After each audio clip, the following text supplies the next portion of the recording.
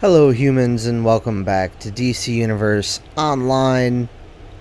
This is part 16. We've got more undead and zombies to deal with.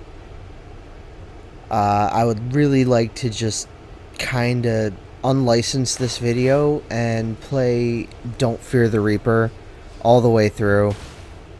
I think that would be kind of funny.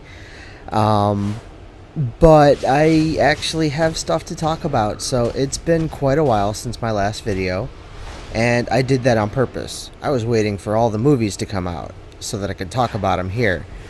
Actually, no, I did not do it on purpose. I got really lazy. I forgot all about this project, and I still do have a whole bunch of movies to talk about. So let's start spoiler alert number 1 right here with Batman vs. Superman, Dawn of Justice, spoiler alert.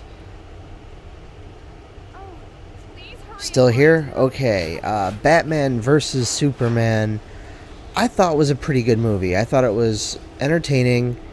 I thought that it hit all of the points that it was meant to hit. But the number of good parts in Batman vs. Superman are equally countered by the number of bad parts, and the more I see this movie, the worse the bad parts get. I'm gonna start with the fact that every single part, every plot point of Batman vs. Superman Dawn of Justice was spoiled for you in the trailers. Any combination or single trailer has spoiled what happens in the movie. You will not be surprised. At least if you know anything about comic books, you will not be surprised. I was not surprised at all by anything that happened in Batman vs. Superman. I thought that they followed through particularly well on the Doomsday storyline by killing Superman. I was worried, very worried, that they were going to bring in Doomsday and not kill Superman. They killed Superman. Great. Cool. Let's talk about stuff that's not so cool. The introduction of the new members of the Justice League, starting with Flash appearing to Bruce Wayne in kind of like a post-nightmare reach through time. Didn't like it. Didn't like the way that he looked. Didn't like the way that he spoke. Didn't like that they were kind of trying to jump through timelines too quickly, and it felt rushed. It felt like it was written in at the last moment. Bruce, come find us. Yeah, no shit. He's gonna find something later, and he's gonna want to come find you. The second introduction to the Justice League, which I just mentioned, Bruce Wayne and Wonder Woman find some information on a computer drive, some kind of hard drive, with videos, like YouTube videos of the Justice League doing Justice League stuff, kind of like a dossier. It feels extremely after the fact. It's a cop-out. It's a total cop-out. There are so many ways that this movie could have snuck in another superhero and made it better. You know, there are scenes in water with Aquaman. There are scenes in which the whole world could slow down and the Flash shows up and fixes something. And you never saw him. The characters never saw him, but the audience does. It's not good. It's just disappointing. I give it a 6.5 to 7 out of 10 because Bruce Wayne is phenomenal. Batman is phenomenal. All of the action, all of the fights, they were all very good. They reflected their characters quite well. But the bad parts are just really, really, really bad. Lex Luthor's personality is really bad. Jesse Eisenberg is fantastic, and they wanted him to be more Jesse Eisenberg and less Lex Luthor. But it doesn't work because Lex Luthor is supposed to be a very serious, very reserved, very calm personality. And Jesse Eisenberg did not hit that until the very end. In the very end, Lex is put in prison, and he reveals that he knows some other big celestial power is coming. And it's weird. It's nice to think that Lex may have toned down his personality for the next movie, but it's bad that he had this personality in this movie. We're going to have to live with crazy hyper ADHD Lex Luthor for quite some time. Okay, let's just drop that. Batman vs. Superman is over. 6.5 to 7 out of 10. Overall, absolutely worth watching, but only once. Or buy it on DVD and not Blu-ray. It's not worth the extra money. It's not worth the extra time.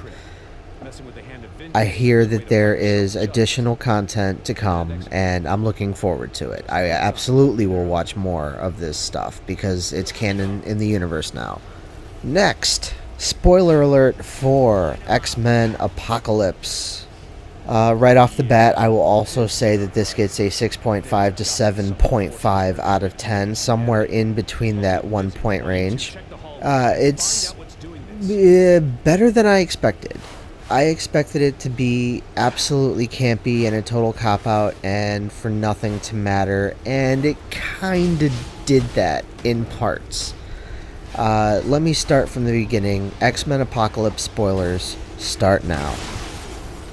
So, Apocalypse is not scary in this movie at all. That's not necessarily a spoiler. You can see that in the trailer. Apocalypse is purple and blue, and his face is Oscar Isaac's face, but made up in blue. They should have made him more robotic in some way. They should have made him, or maybe even stone. He has this big stone flat face, and they didn't give them that in the movie at all. They just left him with a human face, and the human face is not scary at all. Every time you see Apocalypse in X-Men Apocalypse, he's not scary. His voice isn't scary.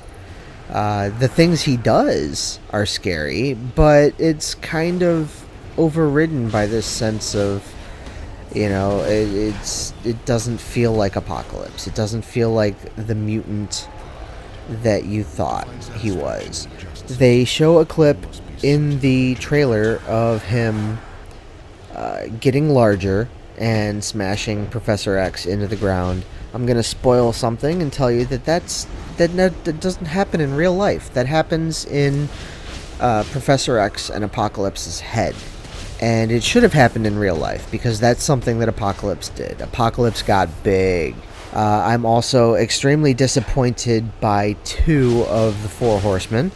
They were clearly given a raw deal.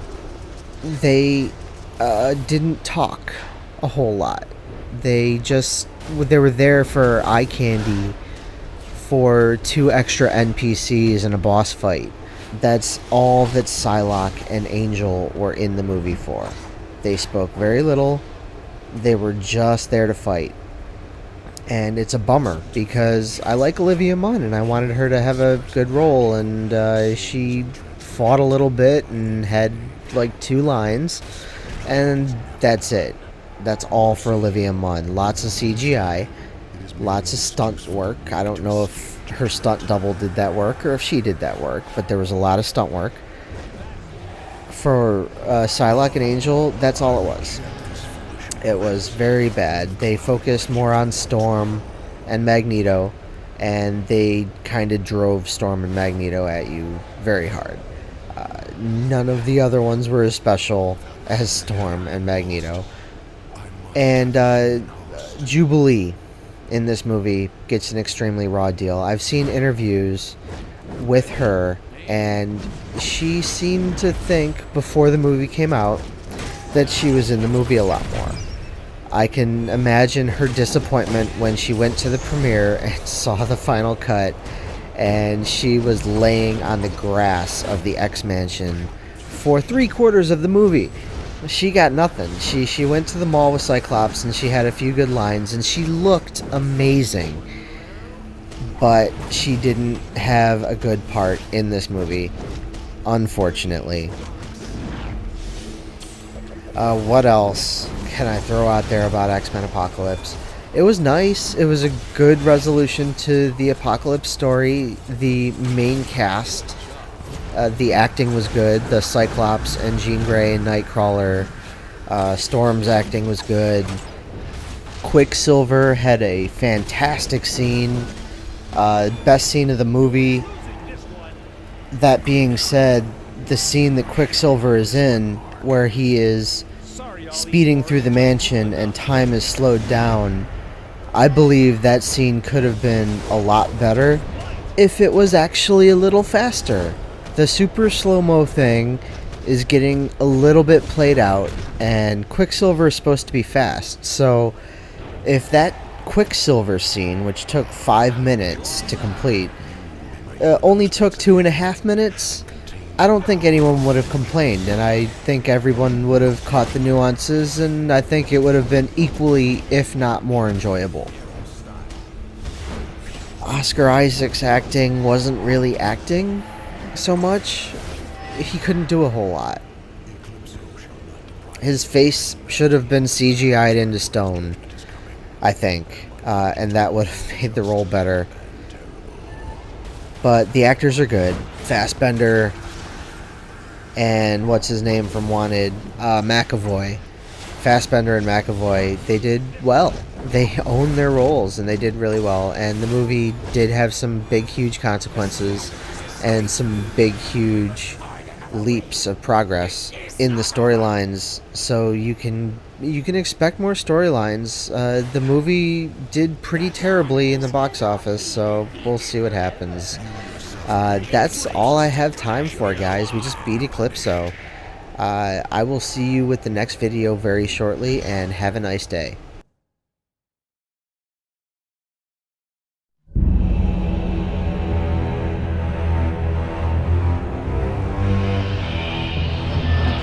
I am the Spectre, the instrument of divine vengeance. For evil must be punished. And yet, without mercy, there is no redemption. And without humanity, no justice. Thus I must have a human link. Without this guide, I am lost, in shadow, eclipsed. My enemies fear my power, and know this is my only weakness. But in it, there is also strength. For vengeance is eternal, and it must be served.